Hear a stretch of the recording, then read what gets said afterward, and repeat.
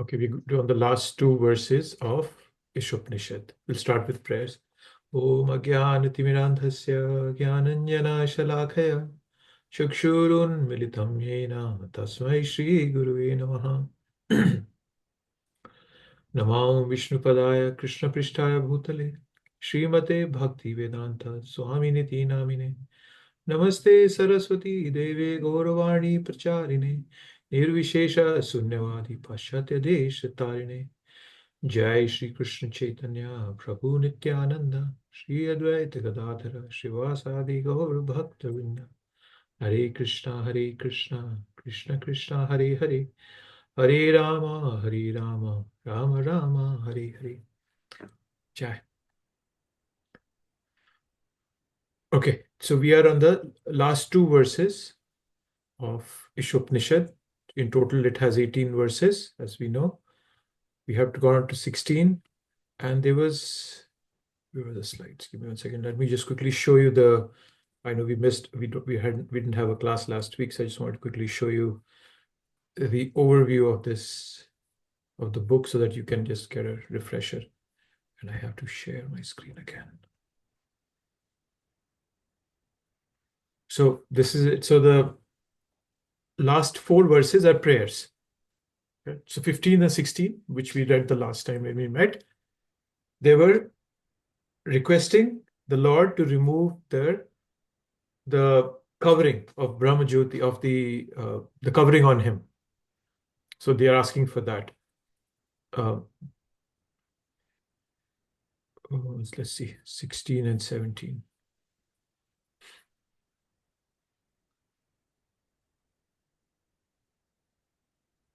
Right. Hiranmayena patrena satyasthapitam mukham tate pushana pavranu satyadharmaya drishyate. That remove that effulgence, the covering from your face. I want to see your face. That was the 15th verse. And in a similar tone, the 16th verse was Pushan ek rishi rama surya prajapatya vyuhurasmin samoha tejo yatti rupam kalyantamam tatte pashyami so asau purushas ham asmi. Remove the effulgence of your transcendental rays so that I can see your form of bliss. So those are prayers. They're asking that the devotee is asking the Lord that please let me see you. I have been trapped for a long time in Maya, then for a long time in the impersonal aspect of yours, the Brahma Jyoti. But finally, I have come to my senses. Krishna says this in the 7th chapter, right? And I think it's the 19th verse that Bahunam Janvanam Ante Jnanavan Mam Prapadyate Vasudeva Sarvamiti Sa Mahatma Sudurlavaha. Bahunam Janvanam Ante. So after long, many births, Bahunam Janvanam, many births, does one realize me as the Supreme Personality of Godhead. So we all have gone through those Bahunam Janmanam. So you all are, how would I say, the cream of the society. You are extraordinary beings. Irrespective of whatever your background may be, whatever jobs you do, whatever family life you have, you all are extraordinary beings because you have come from Bahunam Janmanam Ante Jnanavan Mam Prapadyate. That now you are Prapadyate, Krishna. You're Mam Prapadyate. You're praying to Krishna. So, and then he says, Sa Mahatma Sudurlabha, that it's these kind of people are very rare. So you are one of the rare living entities on this in this creation, actually. So extraordinary, unique, and rare. That's what your qualities and your true nature is. And that's what that's where this speaker of the 15, 16 verse he's come to. And then in the last two verses, it's a prayer for practice, it says here. So what the speaker is going to say is that please remember what I have done. All the practices I've done, please remember them when I'm leaving my body. That when my body is burnt to ashes and my soul is free again to take up either another body or to go back to you, please, I pray to you that please remember what I have done for you so that I can come back to you. So that's a very humble prayer of a self-realized soul. And we will see those two today.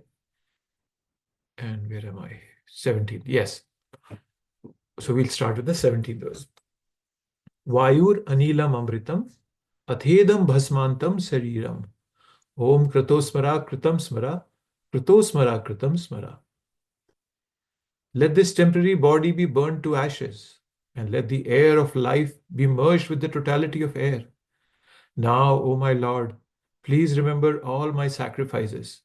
And because you're the ultimate beneficiary, please remember all that I have done for you. It's a very heartfelt, you know, loving prayer, taking the devotee all the way to. It's a beautiful, heartfelt prayer, and as if somebody is saying very, very humbly that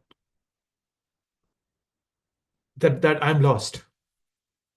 Kindly take me on the right path. You know, it's just like GPS. When you're driving your car, you put the GPS on, and you just completely lost. You don't know whether to take right or right, and you just depend on the GPS. You said GPS, you know, so many wrong turns, bad routes. You tell me. You just guide me to my destination now. So here, Krishna, Supreme Personality of Godhead, is the ultimate spiritual GPS. He knows where we are, where we want to go, and how to guide us there. But the only request that Krishna has from us, everywhere, in whichever scripture you read, it will all boil down to the fact that I have to just depend on Krishna. I have to stop stubbornly saying, I will figure it out myself. So that's what this verse represents, a very humble surrender to the Lord.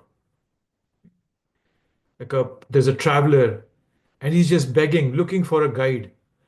He's on a mountain, he's on a trail in the mountain, and he's just gone. He doesn't know where am I. So he's just begging for a guide. So that's the thought here. That's the thought. And a similar thought in the next verse also. So they both these verses are similar, as I said. So the next verse also has that. And here, so let's just break this verse down and look at it in more close. So he's saying, uh, where's that? So let this body be burned to ashes. Let the air of life. Now, my Lord, please remember all my sacrifices, and because you're the ultimate beneficiary, please remember all that I have done for you. So the speaker has already acknowledged that Brahmajyoti is a manifestation of the Lord's energy. That was in the earlier two verses. But then he also realizes that it's only a partial realization, as we have read in the past. Paramatma, Brahman, Paramatma, and Bhagavan. So the Paramatma and Bhagavan feature, sorry, Paramatma and Brahman feature, they are partial realizations. So now the devotee's heart is looking for personal darshan of Sri Krishna, eternal form, which is the most auspicious and blissful, as we were just discussing, right? Shama Swangi Prabhu's name, right? That comes from his beautiful poem where it said, Nava Nava Rangi, Nava Tribhangi, Shama Swangi, Sri Krishna. It's glorifying. So it's a beautiful song because it glorifies in the first part of the verse, it glorifies Radharani, and the next one, it immediately glorifies Krishna. So in every verse, I think there are 12, 15 verses in that song. So that's the beautiful form we are looking for.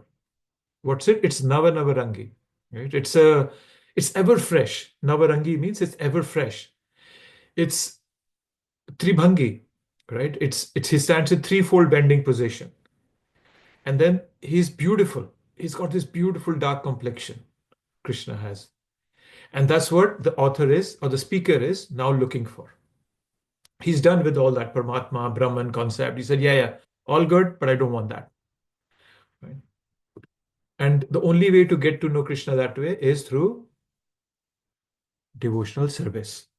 Bhaktya mam abhijanati yavan yaschasmi tattvataha. 18th chapter, towards the end, 55th verse, Krishna says this, that only you can only understand me only by devotional service. So that's the beauty. So uh,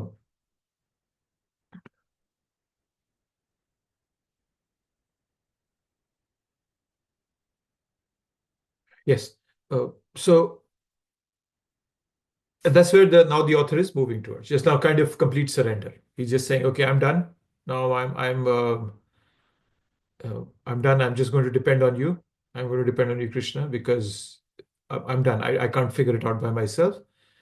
And it always gives us a chance. In our life, we all go through obstacles, right? We all go through obstacles, and the only purpose of obstacles is to help us realize Krishna.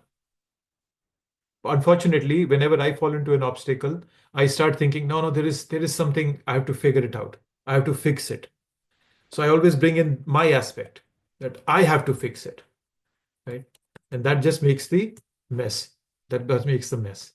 And I'm saying, no, no, I'll fix it. I'll fix it myself. So that forget that lack of dependence on Krishna is what keeps us in this loop of life and death. All the time I'm thinking obstacles will not come. But no, that's it's always going to happen. Krishna has told it to us. He said, Jan Mrityu Jara Vyadhi Dukkha Doshanudarshanam. In the 14th chapter, Krishna says that problems are surely going to come. Janma, you'll have birth, you'll be death, there'll be Jara, you'll be getting old, Vyadhi, there'll be disease for you, there'll be Dukkha. Right? So obstacles are going to be there. Then obstacles, some people, we start thinking that obstacles are bad. No, but obstacles are not bad. They are Krishna's teaching. He's teaching us. Like once Mahatma Gandhi said that I complained that I have no shoes, then I saw somebody without legs. Right? So we think obstacles are bad, but they're not bad. So it's something that we have to understand that whatever is coming is Krishna's mercy. I think that I can fix it, or it's not the right thing that should happen to me. It should not happen to me. Why is it happening to me? I have to fix this. No, it's all coming as Krishna's mercy. Obviously, we do our diligence. We have talked about this in the past. Diligence and dependence. Diligence means that whatever we can do, we be diligent about it. But we do it with the thought that Krishna is the person who's going to finally make it happen. I can do my diligence, but it's only going to come from Krishna. So yes, so that's the thought of the author or the speaker in this section, right? And it's another important aspect the author is bringing into this is about time of death. What the speaker is presenting it as is giving us the proper consciousness to cultivate, so that when this body becomes into ashes and I'm no more breathing, there's no more air in me, the soul, me as the soul, can enter the spiritual realm. And how do I want to enter the spiritual realm? With that full awareness of my service to Krishna. And more importantly, with full awareness of my service to my spiritual master. Once when Gaur Gobind Maharaj was, he was sitting with his disciples, and he was asking his disciples, hey, okay, when you'll go back to Goloka, what are you going to do? One of them said, oh, I'll just go, lay down at Krishna's feet. Another one said, oh yeah, I'm going to play with Krishna. I'm going to have lunch with him. Somebody said something. So then they asked him, Maharaj, what are you going to do? He said, I'll go and look for my spiritual master. So full awareness of the service, full awareness that where the service came to me through my spiritual master. And then with that thought, I want to enter the eternal spiritual world. Okay. So now what is this telling me? That I am eternal. That's one thing that's important coming out from this verse, that the soul, the me as the soul, knows that the Supreme Soul, Krishna, is my ultimate beneficiary. And I am not temporary, I'm eternal. Na jayate mriyate va kadachin, nayam bhutva bhavita va na bhuya. Krishna says this in the 2nd chapter. That for me, as a soul, there is no birth or death. I've never come into being, I'll never come into being. I'm unborn, I'm eternal. Our physical forms, this body, is very much like a rental car. It's temporary. It would be foolish of me if I get attached to a rental car.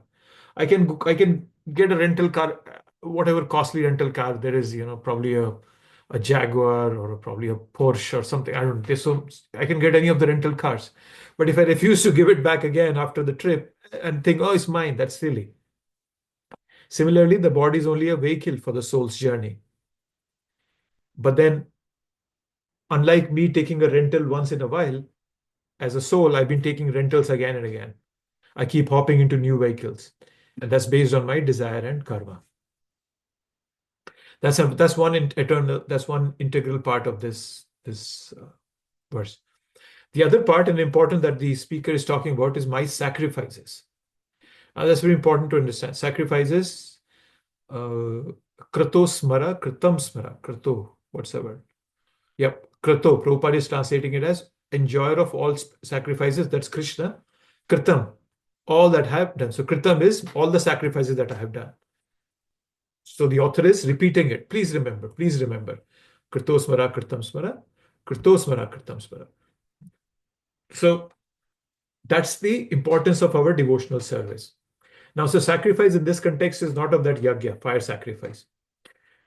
What this sacrifice means, it refers to those small, consistent acts of devotion that we all have been doing. Krishna is not pleased if one day I sit down and I do 100 rounds and I don't do anything for the next month. Krishna is pleased by my consistent effort. In this neophyte stage that I am in, I show my love to Krishna through my consistency and sincerity. Chanting every day. Whenever I cook, I offer it to the Lord. I engage in selfless service. I try to, at least. I don't say it's selfless. Right? So that's devotional service. It's like an investment plan that you start. We all do some investment or the other. We have some investment plan. So that's the investment plan we are referring to here. Material investments, we all can lose. Market crashes, everything gone. But your devotional service, you never lose that. Can somebody give me a verse where Krishna says that even a tiny bit of this done is never lost? It comes from the Bhagavad Gita.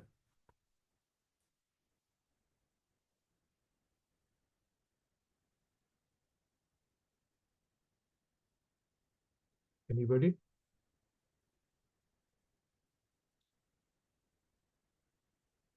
A verse where Krishna tells us that even a little bit of effort done, it protects you from most dangerous of the fears. That's another hint I'm giving you. And there is no loss in there. Am I audible to everybody? Hare Krishna. Testing. Swalpa punya, something like that. It's from chapter 2. Yes, it's from chapter 2. Yeah, that's a good thing you bring out, Prabhu. Niyambriko, it starts something like that. Yes, it starts like that. That's good. That's a good start. Tell me more. Somebody can complete that. It starts with Neha, as Prabhuji told us. Niyambriko nashtastis. You're right. Neha bikramo naso asti. That's the first part of the verse. Okay. Tell me the remaining one. Yes, that was good. Yes. Neha bikrama naso asti pratyavayo na vidyate swalpam api yasya dharmasya trayate mahato bhayat. Swa alpam. Alpam means tiny. And swa alpam means even smaller than that. Very little. So when we do even very little advancement, it's never lost to us. Right? So that's what the sacrifice is being referred to in this verse that we are reading. The sacrifice that's been talked about. That's the sacrifice. That whatever I have done, Krishna, whatever little I have done, please remember that. Obviously, Prabhupada will go ahead and tell us in the purport that we don't have to remind Krishna. Krishna always remembers it. But in the mood of the speaker of the verse, let's just think of that there is a sacrifice, even if a little bit is done, we never lose it. We start from there. Arjuna asked Krishna in the 6th chapter that, what happens to those who are not able to complete it? And Krishna tells him, Shuchinam Srimatam Gehe, Yoga Bhrashta Vijayate. That you're born in a Shuchinam Srimatam Gehe. You're born in a very good family. where you don't have to worry about where the food is going to come from. You're not physically disabled, you're not weak body, you're perfect, you're ready to pick up bhakti from where you left it. So that's the beauty of it. So you might leave it at 49%, you start at 15 your next life. So that's the beauty of this. This is a role of sacrifice. And we talked about sacrifice in the third chapter. Krishna talks about sacrifices. Yagya shisthani santo muchyate sarva kilvisha. Bhunjate te agham papam ye pachanti atma karana. He says that when you, without offering it back to Krishna, when you take something, it becomes a sin. So that's the concept of sacrifice. It's more like a cooperation with the cosmic government, right? And the practice will vary based on time, place, and circumstance, but then it's just the cooperation, right? For example, today the concept of fire sacrifice is not that prevalent. If you go into the Dwapar Yuga or Treta Yuga, there the concept of fire sacrifice is more prominent. So basically, sacrifice means what I can use for my pleasure, I am voluntarily, consciously using it for a higher purpose. And it's not a monopoly of us Gaudiya Vaishnavas or ISKCON devotees that we only do sacrifice. Everybody does sacrifices. Christians also do some rituals and sacrifices. They do charity. So this principle of sacrifice is universal, and it's found in different expressions, right? But the point of Bhagavad Gita is that there is an interconnectedness in this cosmos, right? As we all know, getting water from the sky is not under our control. Yeah, there are a lot of scientific efforts, cloud seeding and whatnot. But then still, it's not fully under our control. You can probably, let's say, okay, you might be able to create clouds, but then you cannot define where they are going to rain. So Prabhupada explains the concept of yajna as taxes.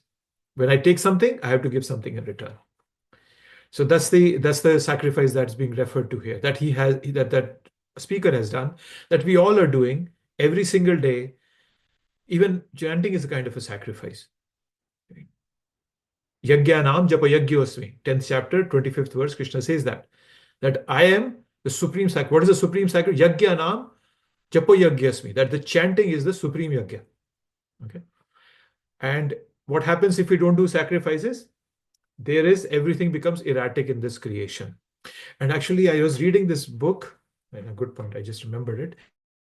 There's a book, you all might know about it. It's Prabhupada's book, Light of Bhagavad. Light of Bhagavad was a book that Prabhupada wrote even before coming to US. There was a conference in Japan. He was invited to it, and he wrote because he knew that Japanese are very fond of the weather, autumn weather, and they enjoy it and so forth. So he wrote from the 10th canto, there's a chapter that talks about the autumn verse. And Prabhupada talked about it, right? That he talked about that part. And I think, what was that? So there was a verse about sacrifice. That's what I wanted to just bring out. I wanted to quickly show you that if I can find it. And I don't know, do I remember the right verse? I think it's verse number 38, but let me quickly check. I had it written down somewhere.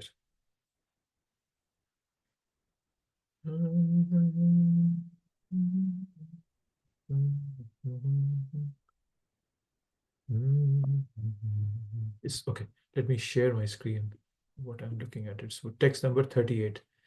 If you haven't read this book, this is something you want to read. This was first of Prabhupada's ecstasies expressed in a book form. It's called The Light of Bhagavad, and there's a very beautiful paintings. So what happened was that when Prabhupada left this planet, Tamal Krishna Maharaj found the transcripts for this book in Prabhupada's stuff, his whatever his writings were. He found it, and they were actually written even before Prabhupada had come to US.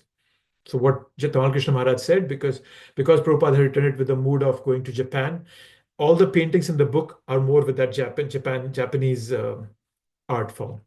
When you look at the book, you'll see that. So I was showing is it 38? In this, yes. So here Prabhupada says, this is something that I liked and that kind of caught my attention, and when I was recently reading it. The energy of our senses is meant to be diverted, not stopped. The senses are to be purified so that they serve the Lord instead of disturbing his settled harmony. The entire cosmic harmony is a settled fact by the will of the Supreme.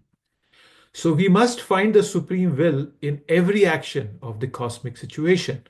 That is the instruction of Isopanishad. The human life is an opportunity to understand this cosmic harmony, and therefore our conserved energy, which is likened to conserved water in the paddy field, must be used for this purpose only.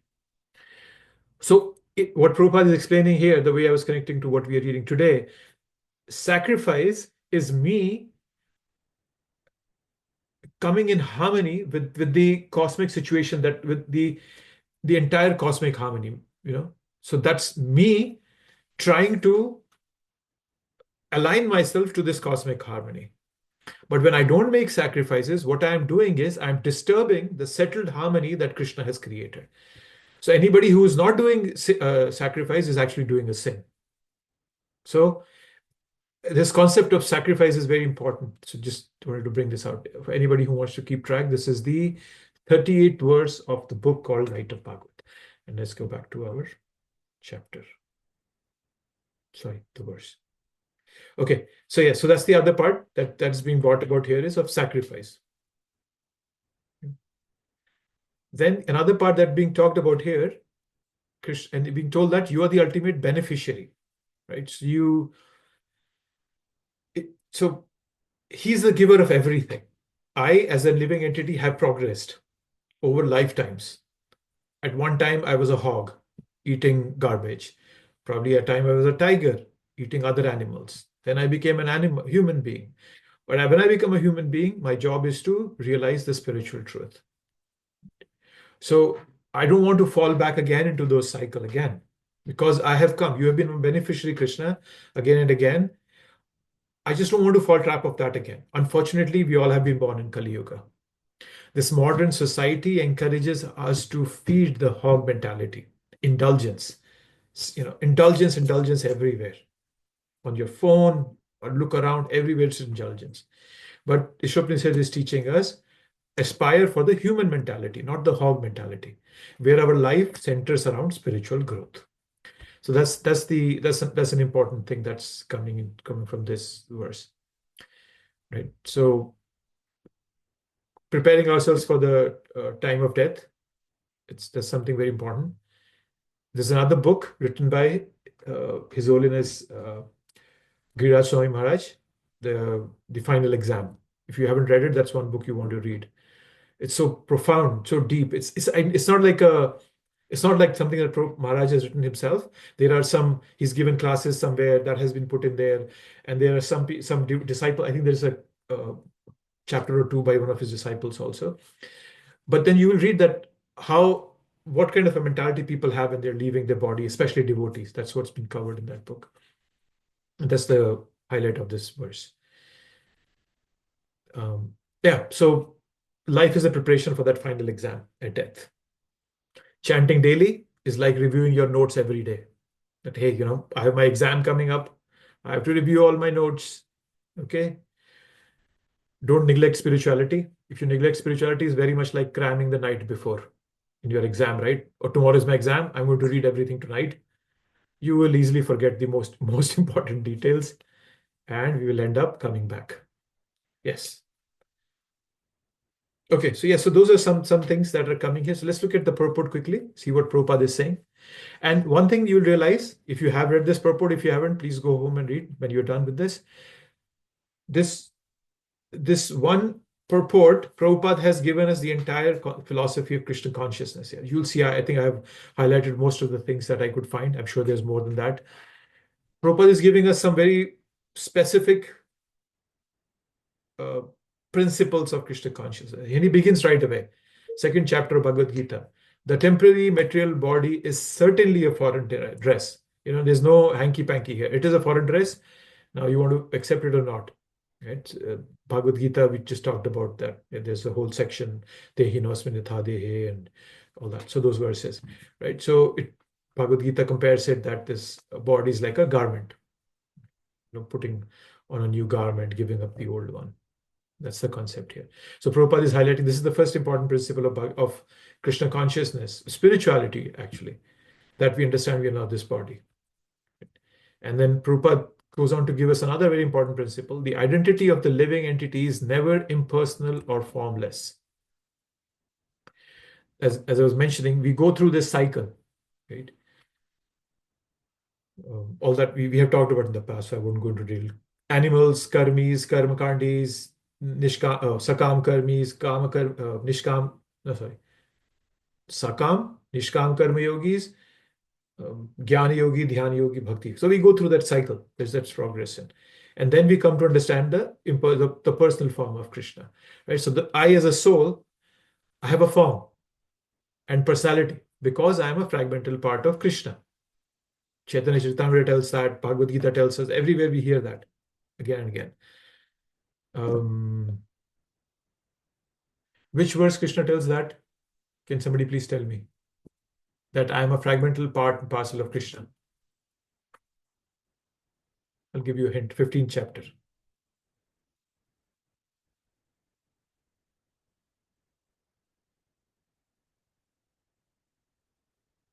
What happened? Everybody in a party or already on a holiday mood? That's a very easy one. We all should know that verse. I referred to it when last. Mamaivaṁsho jiva loke jiva bhuta sanatanaha manasasthayani indriyani. I forgot the last. Prakriti sthani karshati. Prakriti sthani karshati. Yes, thank you. Yes, 15.7. That tells us that we are all part and parcels of Krishna. Right? So I'm not formless. I'm Krishna's part. Right?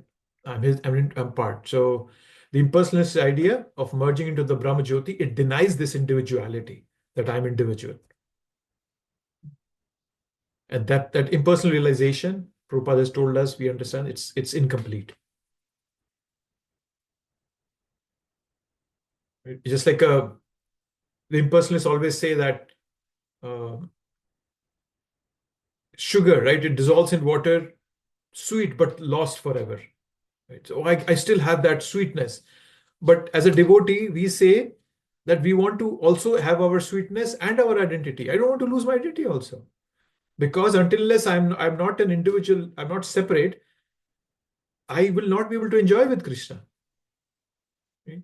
But then Krishna accepts everybody. If somebody wants to go and merge in him, they're also welcome. So yes, so this is the second principle Prabhupada gives in this, a very important principle. And let's see what Prabhupada gives next. Yes, the human being is not meant for eating flesh. Broadly, what Prabhupada is telling us, we have to understand, as I was just giving you that reference to that book, Light of Bhagavad, that there is a cosmic order that Krishna has created, a harmony. We should not go against it. That's a sin. And if you all must have read it, but just giving you the book, Higher Taste, the first few chapters give you a very detailed scientific explanation why human beings are not meant to eat meat. If you haven't seen it, please have a look at it. Our teeth, our digestive system, everything, it's not meant for raw meat. But more importantly for devotees, Krishna tells us that what does he accept? What does Krishna accept? Where does Krishna Yes. So patram pushpam phalam toyam. Leaf, flower, fruit, water, and he will accept. So he's giving us clear, or that he doesn't want to eat meat. So, yeah. So our nature and consciousness, we read that in the 17th chapter, our nature and consciousness, it evolves with our food habits. The food habits that we have, that defines what kind of a mentality we have. If you have a sattvic diet that promotes purity and spiritual growth, eating meat will involve violence, it will increase tamasic qualities, and so forth. Then another thing Prabhupada tells us in that, where is it? The intelligent man sees oneness not in the variety of body, but in the spiritual identity. This is one important thing that, yes, sometimes we read in the scriptures that, oh, we are same as Krishna. Some even like aham brahmasmi, or right. So that doesn't mean that I become Krishna. No, it means that I'm spiritually identical to Krishna. And we talked about it a bit in the last discussion group. So that's another thing that's coming in. Then so just see that how Prabhupada is giving us the essence of Krishna consciousness. The living entity takes on different bodies according to his pious and vicious activities. The concept of karma Prabhupada is bringing out here. Right? Action in this life determines the body in the next. Krishna says that in the 6th verse of the 8th chapter, right? Yam yam vapi smaran bhavam tyajantyante kalebra. Whatever we thinking we leave this body, we will get that.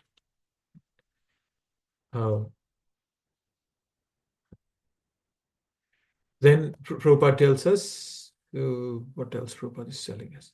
Becoming one with Brahma Jyoti does not represent mature knowledge.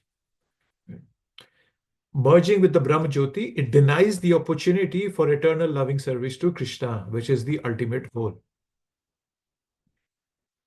As I was quoting the Bahunam Janmanam Ante verse, that after many, many lives, do we get to know that Krishna is a person? So all of us have spent a lot of lives thinking that Krishna, oh, it's an impersonal aspect of Krishna, or I've been a dhyana yogi, jnana yogi, whatnot, karmi. I've done a huge progression. So we all should be very proud of ourselves and be very, very optimistic that the path that we have to walk further to reach Krishna is much shorter than the path we have already walked. Because we have come to a position where now we understand Krishna as a Supreme Personality. So we should all be very happy about it. Right? So Bhakti offers us a relationship with Krishna. Whereas impersonal liberation is very dry and tasteless. Right? So, somebody who reaches Brahma Jyoti, there's nothing in Brahma Jyoti. You just go and there's just nothing there. So somebody might say, oh, is that it? So Krishna can laugh at him. Don't skip the desert next time. Bhakti is the desert. You missed it, where the sweetness lies. Then let's see what else is Prabhupada saying. One who is completely under the rule of material nature remembers the heinous activities he performed during the existence of his material body, and consequently he gets another material body after death. This is what happens if we are just going to try to cram for the exam on the last minute. We will, because our entire life has been ruled by material nature, by material instincts, we will not be able to remember Krishna at the last time of our life. Then what else is Prabhupada saying? Okay. Yes. Okay. So this is an important part. I highlighted this because these are, so the beauty of the way Prabhupada presents his purports, I just love this part, is that Prabhupada sometimes puts very, very important verses from Bhagavatam, other scriptures in a written text, in a running text. And that's the beauty of Prabhupada, that he makes it very, very simple for us. For example, this verse is one of the verses that Prahlad Maharaj speaks to his father. When we all know the situation, right? When Prahlad comes to meet his father Hiranyakashipu, and then Hiranyakashipu asks him, "Oh, what have you learned, my son?" And there were two steps actually. Two times that thing happens. First time when it happens, so Prahlad says, Tat sadhu manne suravarya dehinam sada samudvigna diham asadgrahat. That, he tells him that all this life is just useless, and this is a temporary body, and he tells him that. So then he gets angry. Hiranyakashipu gets very angry. But then, so he tells, what's that? What are the names of Sukracharya's sons? Amanda? No, I forgot those names. But then, so he tells both the sons of Shukracharya to go and teach Prahlad Maharaj again. And then after teaching again, Prahlad Maharaj comes to him. He again asks him, Prahlad, what have you learned now? And what does Prahlad Maharaj say? Shravanam Kirtanam Vishnu Smaranam Padasevanam Archanam Vandanam Dasyam Sakhyam Atmanivedanam. So it's beautiful that how Prabhupada presents the whole philosophy in a way that is very easy for us to take it. So those are the 9 things that Prabhupada has referred to here. So this is coming from the verse. It's a verse in the seventh canto, 5th chapter. So you can look it up if you're interested. 7th canto, 5th chapter. That's the chapter where Prahlad Maharaj is meeting his father. And then Prabhupada gives us a very good blessing. He says that somebody might say, oh my God, I have to follow all these 9 principles. No, Prabhupada says just by adopting one of these even, you can become a perfect devotee. And this verse comes from Chaitanya Charitamrita. It's a very beautiful verse. And what was that I was thinking? Yeah, so it goes, Shri Vishnu Shravane Parikshita Bhava Dvaya Sakhi Kirtane. It's a beautiful verse.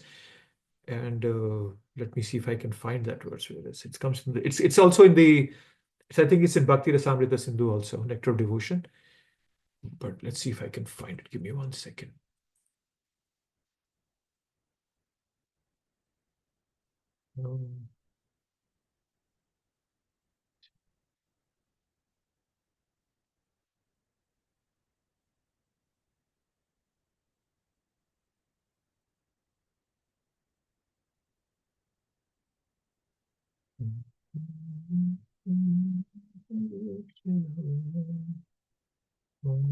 Sakhi Kirtane Pranadha Smarane Tata Pribhajane Lakshmi Pritu Pujane. Yes. This is the verse. So Prabhupada is quoting this verse in a running text. So here the names of all the devotees are given who have perfected one of those 9 qualities. So it goes, Parikshit Maharaj, he sheltered at the lotus feet of Krishna simply by hearing, Shravana. Sukadev Goswami, reciting. Prahlad Maharaj, remembering. Goddess of Fortune, serving Lord by massaging his legs. Maharaj Prithu, by worshipping the deity. Akrura, by offering prayers. Hanuman, by rendering service. Arjun, by being Krishna's friend. Dasyam.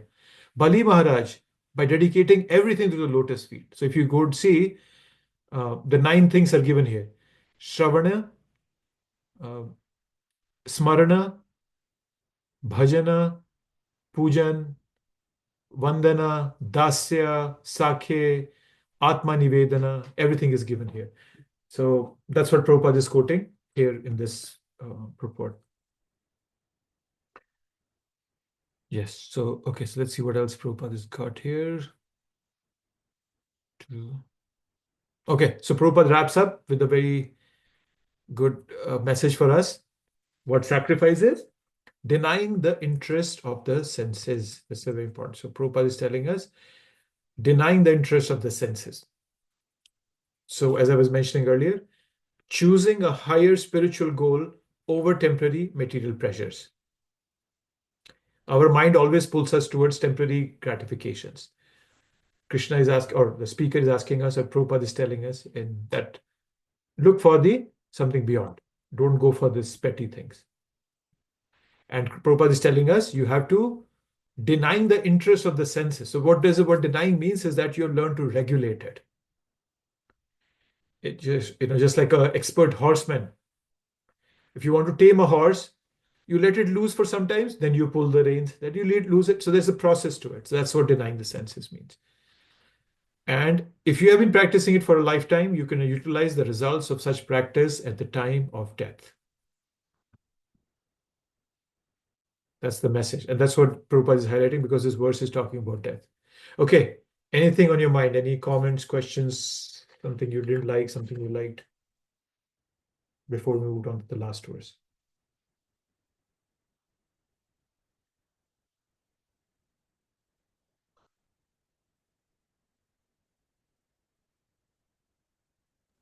Hare Krishna Prabhuji, I have a question regarding the last statement. One can utilize the results of such practice at the time of death.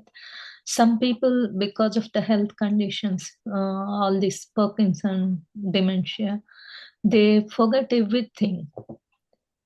So can you elaborate what will happen to them, like if they perform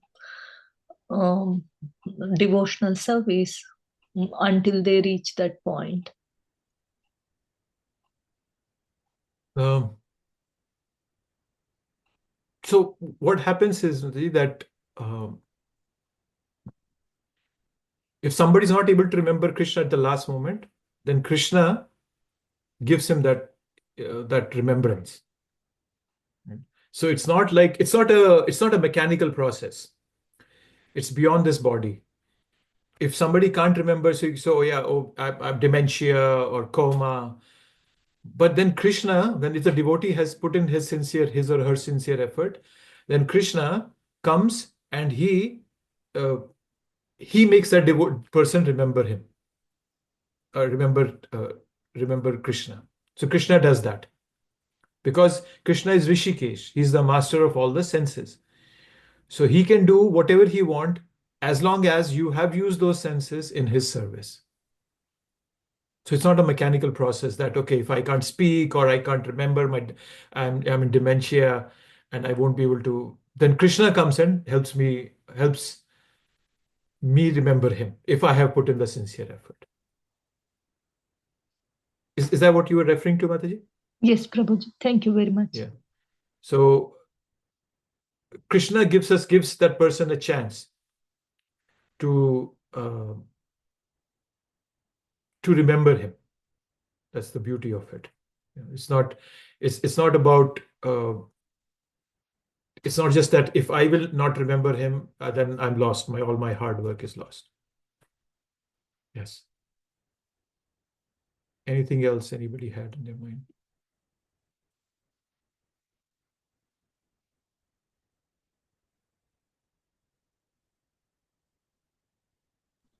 Prabhuji, can you also elaborate on this statement? Sacrifice means denying the interest of the senses.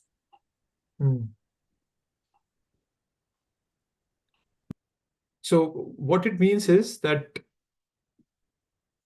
let's see, the way to bring the senses under control is by carefully observing the movements and the desires of those senses and gradually bringing them under our control. So the word denying, it means that we are not letting them loose, that do whatever you feel like. No, we are controlling them. There in the 11th canto of Bhagavatam, there is a verse that talks about it, that at the horse example that I was giving, that a person who is an expert horseman, he knows how to tame a strong horse. So similarly, our senses are like horses. We have that picture in the Bhagavad Gita. So what we have to do is we have to let the reins loose for some time and then pull them again. If you are too strong on yourself, on your senses, and you just say, okay, I'm going to fast, I'm not going to eat anything, then when you break that fast, your mind will make you compensate for what it has not done. I'll give you an example. It happens to me many times. So I don't eat dinner most of the days. I just skip dinner. After lunch, I don't eat anything. So what does that mean is that in the morning, I'm very hungry. So when I am eating in the morning, my breakfast, I sometimes overeat, thinking, oh, I didn't eat last night. It's okay. So that's just my mind fooling me. That, hey, no, yes, we can eat more than what we are hungry for. So we have to use self-control to come to the level of discipline so that our senses are no more trying to indulge in lower desires. Because when we gently restrict those lower desires and keep presenting those higher desires to our senses, a time will come when my senses will hook onto those higher desires. That's what it means, Adhi. Thank you very much, Prabhuji.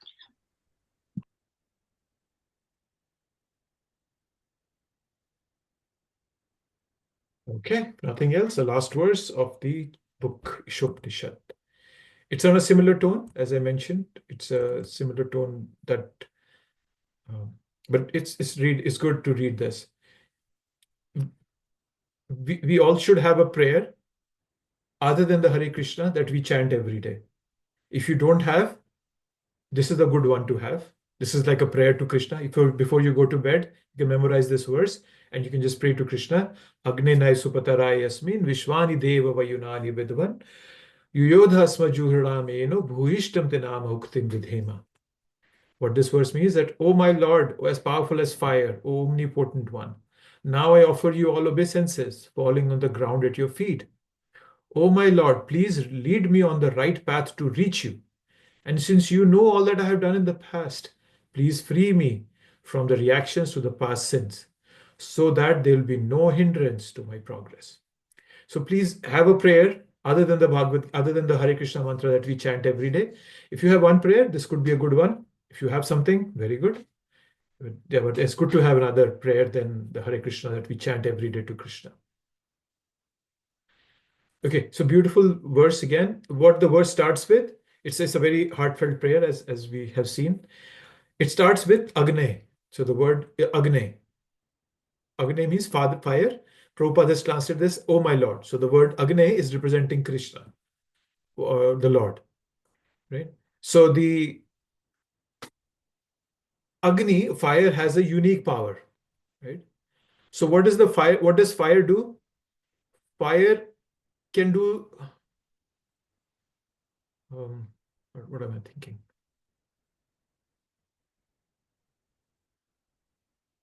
Okay, so the fire can actually purify me, and it can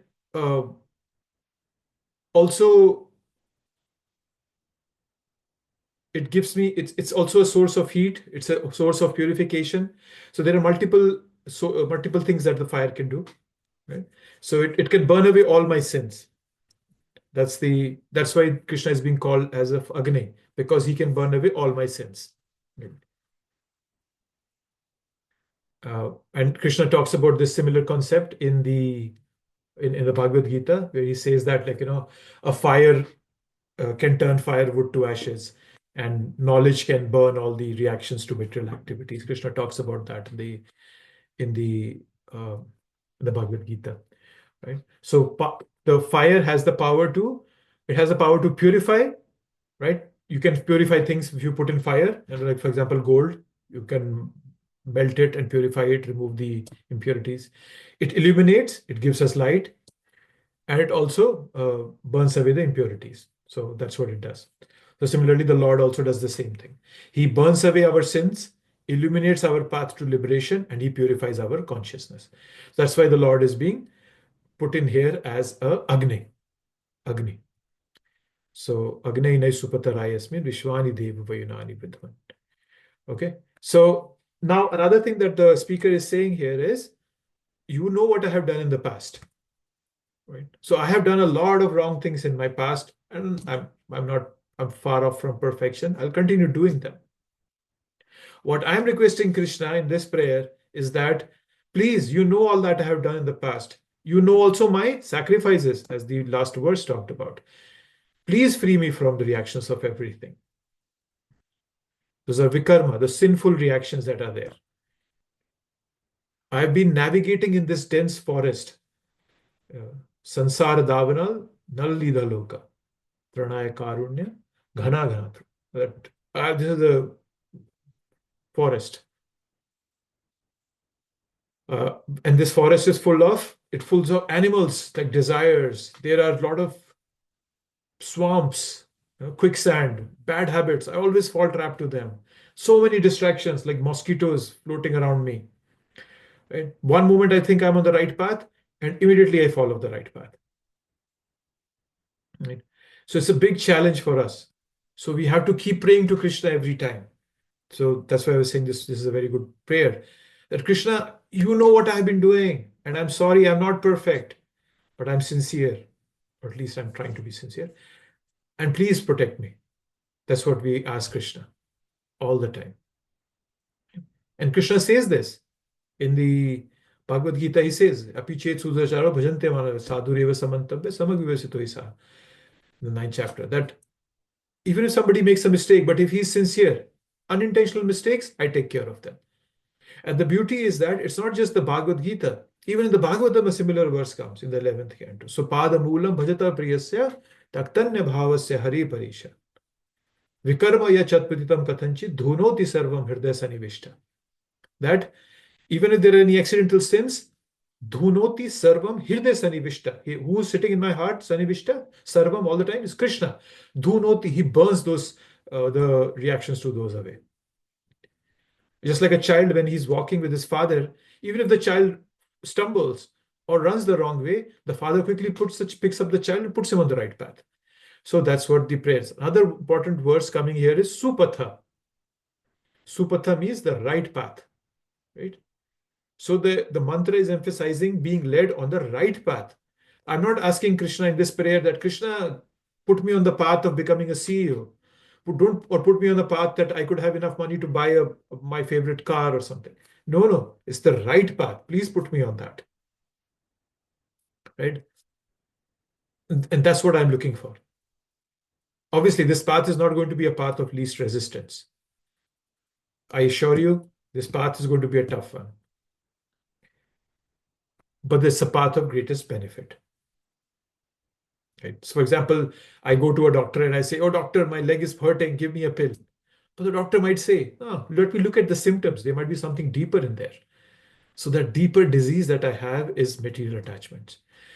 Is all this the defects that I have in my heart. And if we are lucky enough, Krishna will put us face to face with our defects when we grow in bhakti.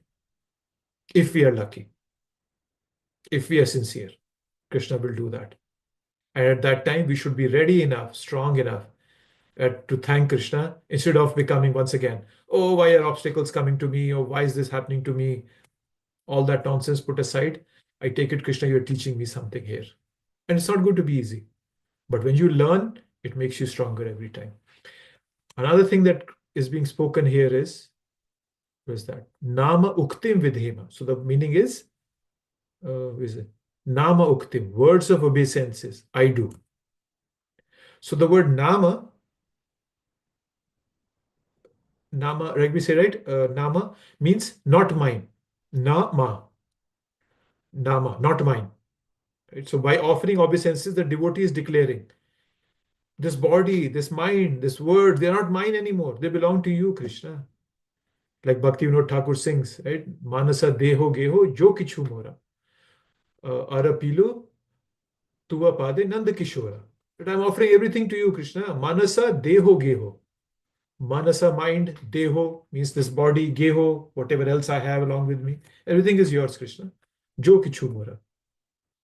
So that's the Nama Uktim Vidhema. Right? So understanding that Krishna is my ultimate GPS, as I was mentioning earlier. Right? Just like our GPS, right? Too many GPS analogies today. Recalculating. Right? You take a wrong route, it's a recalculating route. Right? Similarly, Krishna says, "Oh, you made a wrong move, let me bring you back." You know, probably a Srimad Bhagavatam class, probably association of devotees, a kirtan session, could become any way. So Krishna's version is slightly different from the GPS version, but the similar thought, right? So the beautiful part is, because we are making this prayer to Krishna, we are giving permission to Krishna to clean my heart. Krishna is very, very conscious about our free will. Unless I repeatedly tell Krishna, or very, very sincerely tell Krishna, "Krishna, please take away. I'm opening up my heart. I have unlocked my heart for you. There is a lot of dirt there. Please, you come and clean it." Then only Krishna comes. Otherwise, he doesn't come. My heart is like a messy house. It's filled with junk there. There are old grudges. "Oh, this guy said this to me." My heart is full of such grudges. Now, I can't tell you how much I think about what people say to me. "Oh, I felt so hurt. I'm heartbroken. This guy said this to me. Or he was angry on me, or he or she misjudged me, or something. I stick on those. I have so many bad habits. I have so many attachments. But if we sincerely ask Krishna that, "Krishna, I'm opening up my heart, please come and clean it." From whatever little experience I have seen that Krishna comes and helps us out. You might not see Krishna's face in your life, but you'll see his hands every day. And he starts with very simple things. He starts cleaning the obvious garbage in the house. Major sins, right? intoxication, all that minor things, something. So those go away very easily. Then he starts dusting the corners of the house, subtle impurities, pride, envy, which I know they are there. But then the most important one is when he starts moving the furniture around, then that's where the deep-rooted attachments come. That I didn't even know I had those. I have this realization again and again that I never knew this problem was there in me, Krishna. You showed it to me. And sometimes I even lament that, Krishna, if every time you show me something and I see a new problem, I don't know whether I'll be able to, get rid of these problems ever. But then Krishna, he gives that assurance that, oh, don't worry, I'll take care. So that's the way Krishna starts cleaning our hearts. But you have to give him that permission. If you haven't done that, tomorrow when you're starting in front of your deities, or when you go to the temple, you stand in front of the deity, you say, Krishna, I'm opening my heart. I've unlocked it. I've left it unlocked. Please come in. Please clean. And I know cleaning, there might be some, I might get hurt. I might feel some pangs here and there. I'll try to tolerate them. Yes, that's the beauty of Krishna cleaning our heart. So these last two verses are my favorite in the whole book.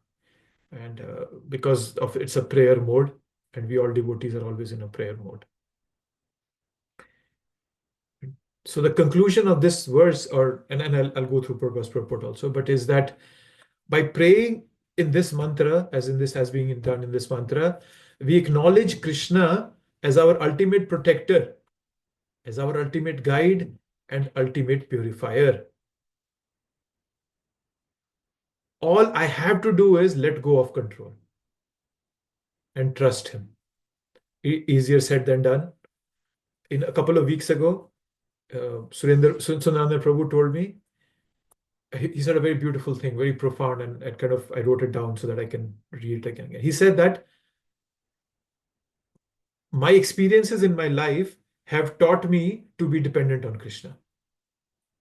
And that was kind of a very important thing. I said, yeah, he's right, that all these incidents that are happening to me again and again, somebody criticizing me, somebody insulting me, somebody backstabbing me, backbiting, saying whatever it may be, my own envy, all these are giving me an opportunity to depend on Krishna. Nothing else. There's no other purpose of all these things except for me to develop my dependence on Krishna. Fearlessness through faith.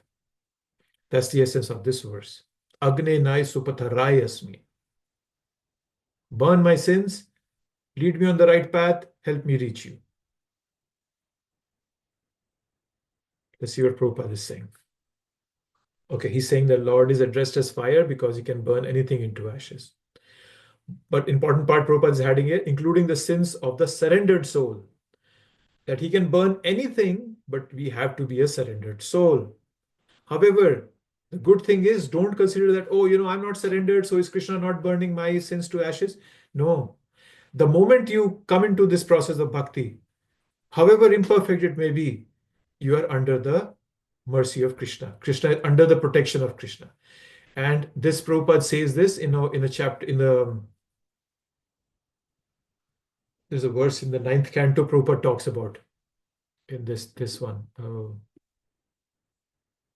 He says that if we simply begin devotional service, we are immediately protected by the Supreme Personality of Godhead. Okay. That's the beauty of this process. It's not like I have to be somebody to come to a perfect stage before Krishna's mercy starts flowing. No, it starts flowing ASAP the moment I surrender, the moment I begin this path. Okay. Then Prabhupada is talking about the regulatory principles and how those regulatory principles help us. They are such that one who follows them is promoted from the platform of fruitive activities to the platform of transcendental knowledge. So that's the purpose of the regulatory principles Prabhupada has given us. So it's beautiful that how Prabhupada has given us only one thing to do, that is chanting, and 4 things not to do are the regulatory principles. Right? Gambling, which destroys our truthfulness. Intoxication destroys our austerity. Illicit sex destroys our cleanliness.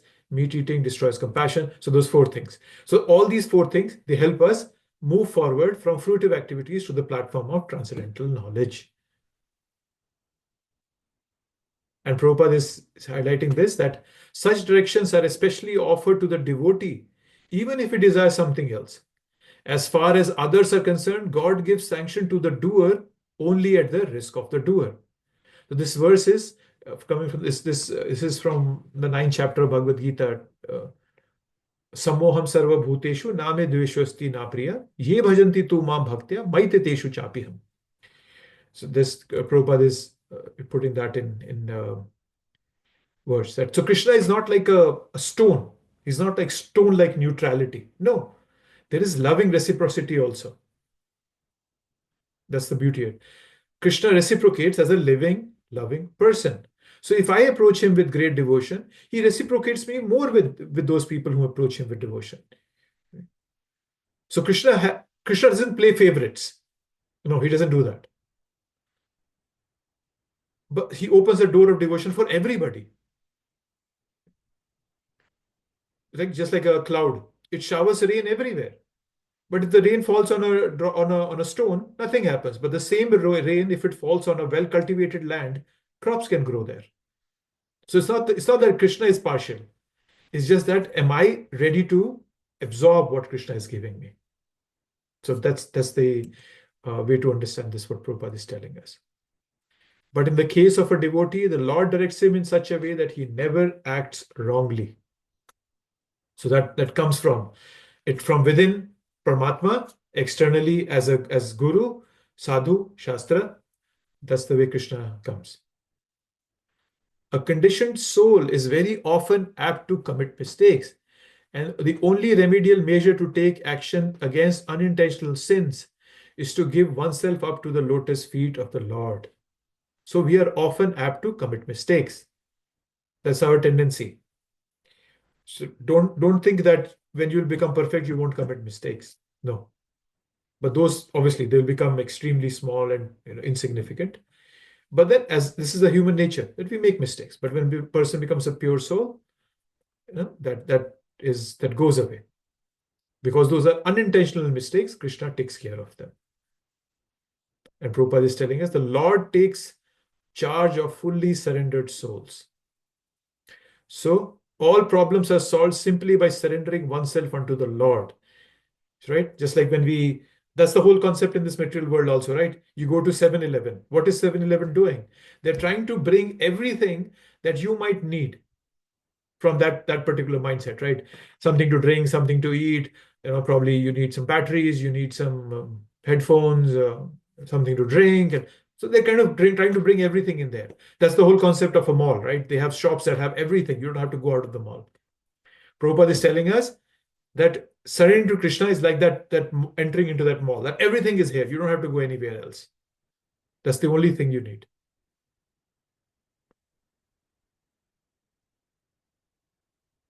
Oh, there we end. Thus end the Bhaktivedanta purport to Sri Isopanishad, the knowledge that brings one nearer to the Supreme Personality of Godhead, Krishna. Right. The devotee becomes fully enlightened by virtue of his devotional service, and thus he comes to know the path of Lord and the way to attain him. As all doubts diminish, he becomes a pure devotee. Right. So doubts diminish, our bhakti goes up. Hare Krishna. Okay, any thoughts, comments on this verse? Hare Krishna, Prabhu. I Hare think Krishna. this is one of the best verses of this book, Isopanishad. And this is my daily prayer to the Lord every day. And I really loved this particular para when he says that since the omnipotent Lord is situated within the heart of everyone, he can give directions to his sincere devotees by which they can attain the right path Such directions are especially offered to the devotees, even if he desires something else. As far as others are concerned, God gives sanction to the doer only at the risk of the doer. So, I mean, this is so convincing, if we surrender to the Lord, and it is so wonderful to receive the directions from Him, and it would be so wonderful that if He gives the direction, we will not be committing anything that is wrong. Somewhere it is mentioned also. So I hope that this prayer really helps us to attain that level, so that we get all the directions from Him. We are not acting on our own, but not committing any mistakes and totally surrendered to Him.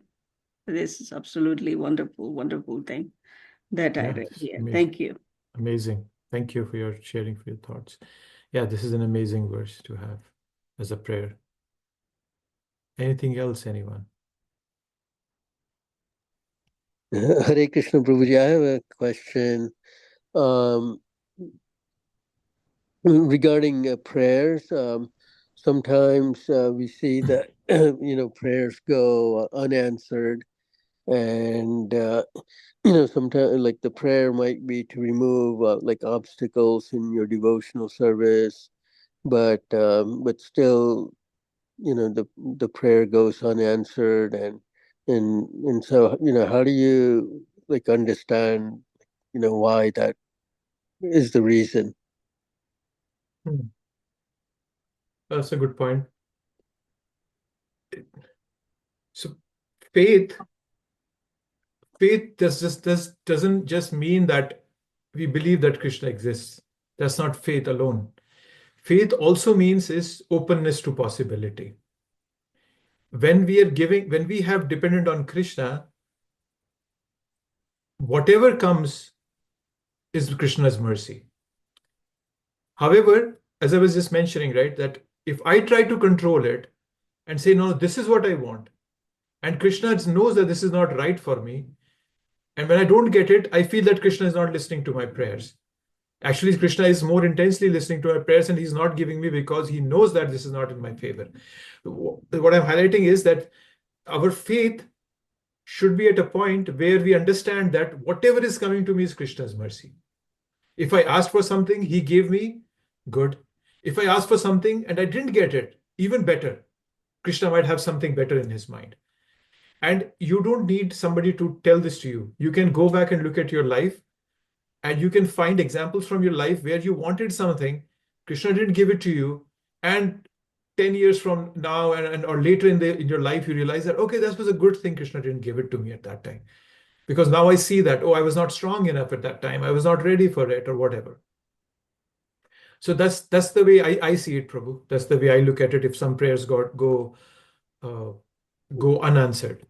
Right. But the example I gave was, to remove obstacles in devotional service. Like, for example, one may have like a health issue, for example, and you're praying, to remediate the health issue so that you can perform, good devotional service, and so I don't think for everyone the prayers go are answered. So yeah, and it's and as Krishna himself says in the Bhagavad Gita, right? Karmano gahano gati. We should not try to get into that thought process of trying to understand why this prayer was not answered, because the cycle of karma is very, very hard and it's practically impossible for anybody to understand. So to keep our lives sane, to not lose sense over this, we have to have this understanding that whatever is coming to me is Krishna's mercy. That's what Prabhupada has taught us. That's what he was looking at everything, right? Just imagine when Prabhupada he wanted to set up his business and earn a lot of money for Krishna consciousness. His whole business failed, right?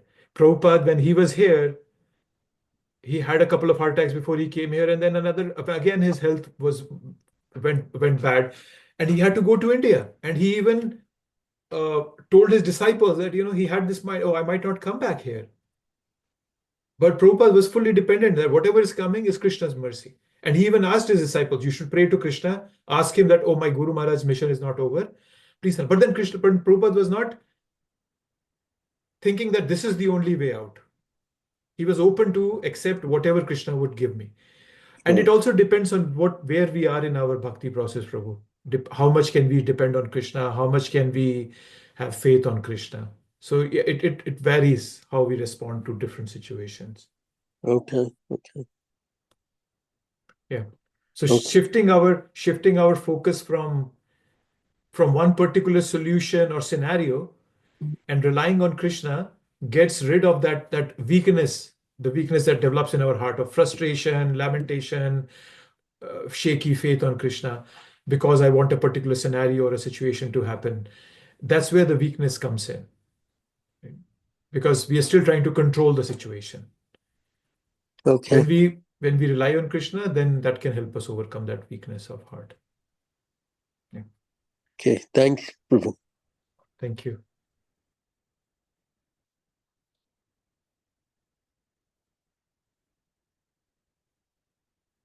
Okay, if nothing else, we can